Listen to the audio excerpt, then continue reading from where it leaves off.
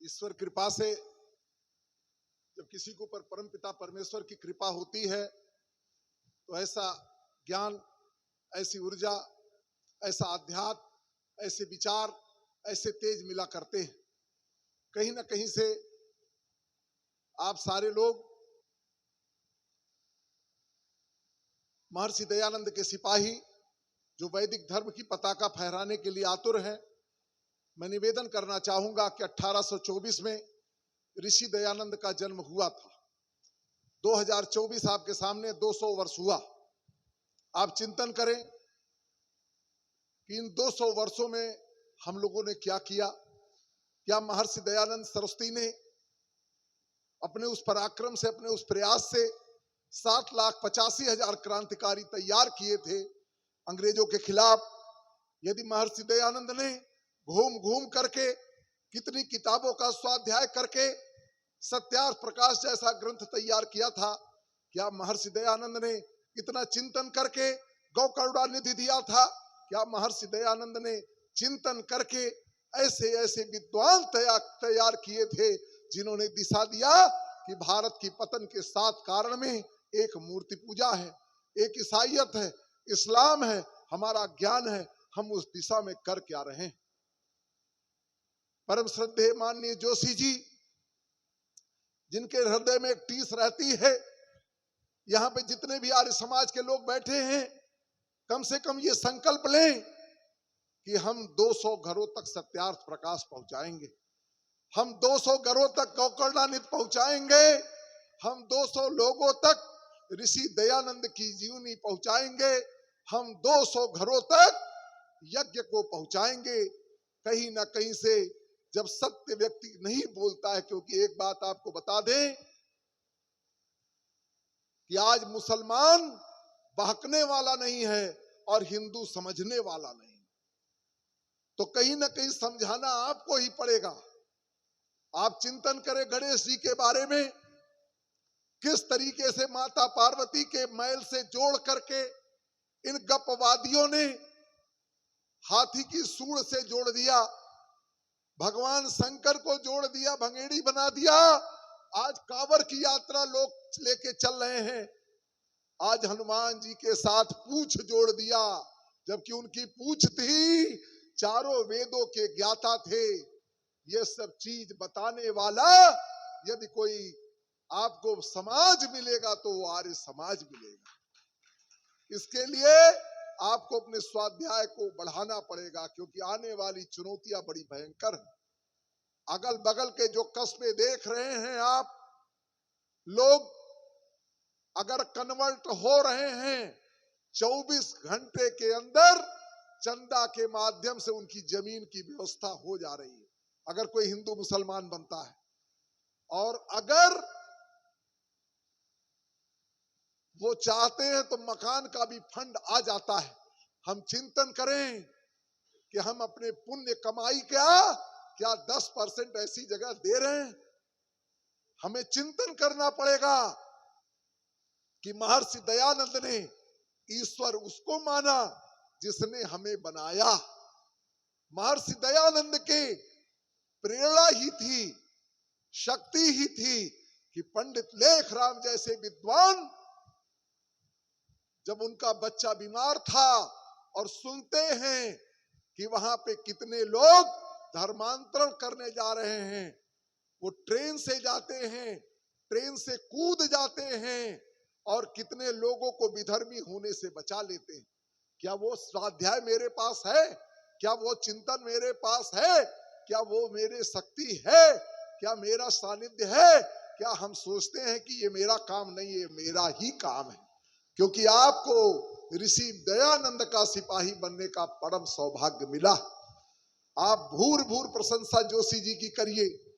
आप हृदय से बार बार ईश्वर उनको और शक्ति दें, उनके साहस को, उनके आत्मिक बल को, उनके बौद्धिक बल को, उनके सिद्धांत को, उनके उस सकारात्मकता को, जिन्होंने 15-20 जिला में घूम घूम करके एक एक आर्यों को जगाया। उनका सपना है कि कहीं ना कहीं से यदि कोई समस्या अकबरपुर में आती है तो सारे आर्य जुट करके जब 2000 लोग निकलेंगे तो कहीं ना कहीं आर्यों के समूह के आगे वो कोई भी सरकार होगी वो नतमस्तक हो जाएगी। लेकिन पहले अपने मन को तो हम मजबूत करें, अपनी अंतरात्मा की आवाज को तो सुने, अपने उस विल पावर को तो जगावें। वो अपार शक्तियां, तरह तरह की विघ्न बाधाएं आपके सामने आएंगी। और मैं तो कहा करता हूं कि सच है समस्याएं जब आती हैं कायर को ही दहलाती हैं, सूरमा नहीं विचलित होते, वो कभी नहीं धीरज खोते। है कौन विद्वान ऐसा जग में टिक सके आर्य समाजियों के मग में, बत्ती जो नहीं जलाता है रोशनी नहीं पाता। यहाँ पे आकर के तालियां मत बजाइए, एक मन में संकल्प लेके जाइए कि हम अपूत हैं सपूत तैयार करेंगे, आर्यवीर दल को आगे बढ़ाएंगे, आर्यवीर दल को आगे बढ़ाएंगे, अपनी पुण्य कमाई को गुरुकुल के विद्यार्थियों के पीछे खर्चा करेंगे। इस अज्ञान के खिलाफ, अंधकार के खिलाफ हम गली गली मोहल्ले मोहल्ले में 200 गांवों में प्रचार करेंगे।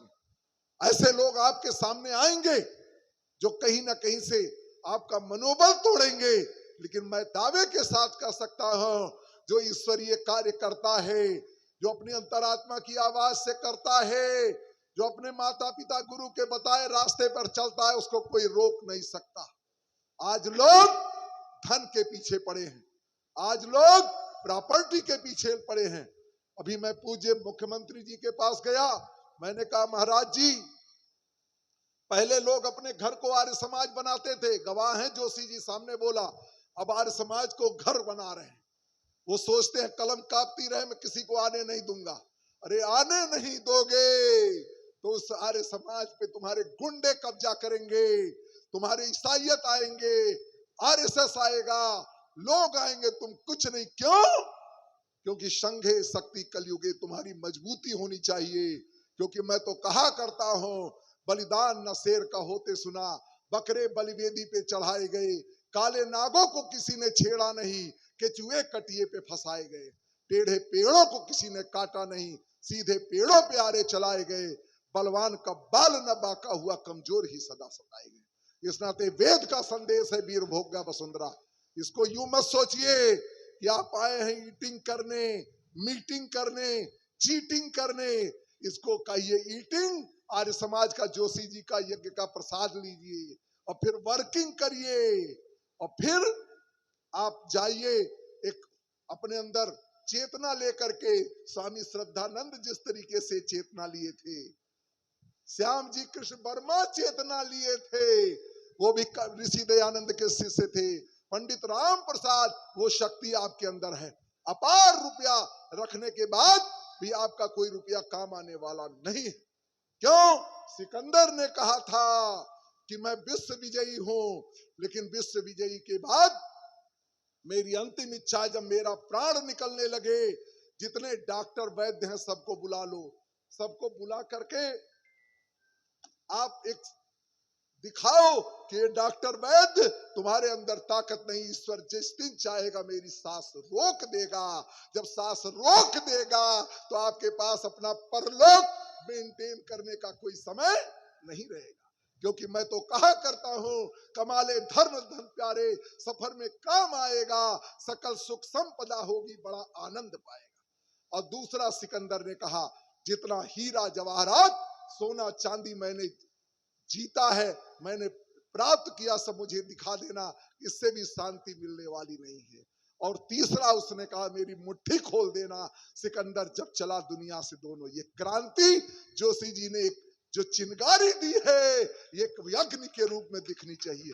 जो परिश्रम कर रहे हैं उनके चेहरे को देखिए, उसके बाद भी प्रसन्नता है। यदि एक व्यक्ति इतना कर सकता, मैंने तो कुछ नहीं किया, लोग झूठ में मेरा नाम ले रहे हैं, उसमें कोई सत्यता नहीं। मैंने पूरे रिलैक्स मूड में था, मैंने कोई सारा प्रेशर लेने वाले श्री सुरेश जोशी जी हैं, झूठ मूठ का नाम मेरा लिया जा रहा है, क्योंकि मेरा इसमें कोई योगदान नहीं। जो प्रयास किया वो जोशी जी ने किया, और जोशी जी का प्रयास हुआ। अगर पूज्य मंत्री महामंत्री मुख्यमंत्री जी ना आए होते तो जोशी जी की योजना लोकल में भी जगाने की थी।